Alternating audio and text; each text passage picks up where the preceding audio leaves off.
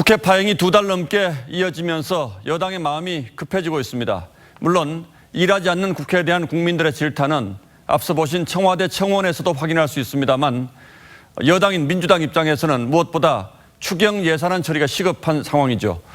청와대 역시 하루빨리 추경이 처리돼야 경기도 나아지고 일자리도 만들 수 있다고 독촉하고 있습니다만 야당은 추경이 만병통치약이 아니라고 반박하고 있습니다. 지금부터 누구 말이 맞는지 따져보겠습니다. 자, 강동원 기자. 예. 경제가 어려우니까 나라 돈을 더 풀어서 일단 경기를 살리고 봐야 한다. 이게 청와대 주장이죠. 예.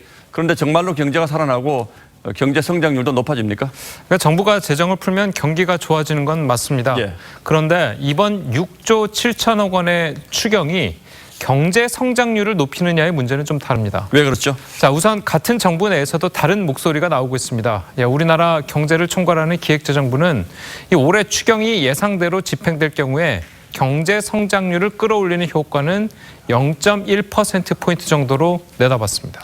예, 일단 뭐 수치로만 보면 미미하다 이렇게 볼 수가 있겠는데 예.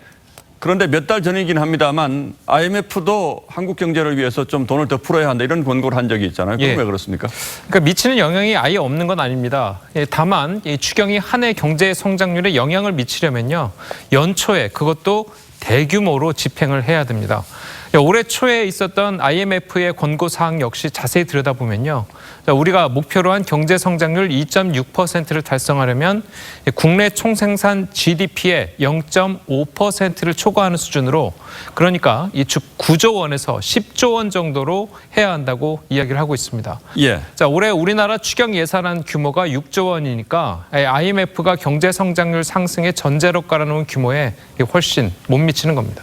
지난해와 비교해 보면 이 6조도 큰 규모 아닌가요? 예, 맞습니다. 예. 그런데도 작년에도 역시 정부 여당이 매우 긴급하게 추경 편성이 필요하다 이렇게 강조했었는데 결국 그 돈 다 쓰지도 못했다면서요? 맞습니다. 특히 지난해에도요. 문재인 대통령은 추경은 타이밍이 중요하다 이렇게 이야기하면서 국회 추경 통과를 요구했었죠.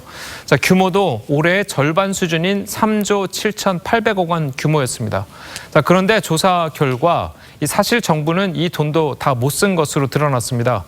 기재부 자료를 봤더니 이 지난해 12월 31일까지 실제로 집행된 추경 예산은 3조 3,800억 원. 예. 이 지난해 추경 예산의 89.3%에 그쳤습니다. 그러니까 4천억 원을 못 쓴 겁니다.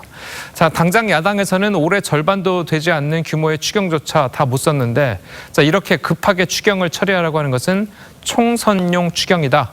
뭐 이렇게 비판을 하고 있는 거죠. 예, 말로는 이제 당장 경제 살리기 위해서 돈이 더 필요하다 이런 얘기지만 결국은 나중에 집행되는 걸 보면 그것과 별로 관계도 없다. 이게 이제 야당의 주장이라는 거죠. 맞습니다. 예, 강동원 기자 잘 들었습니다.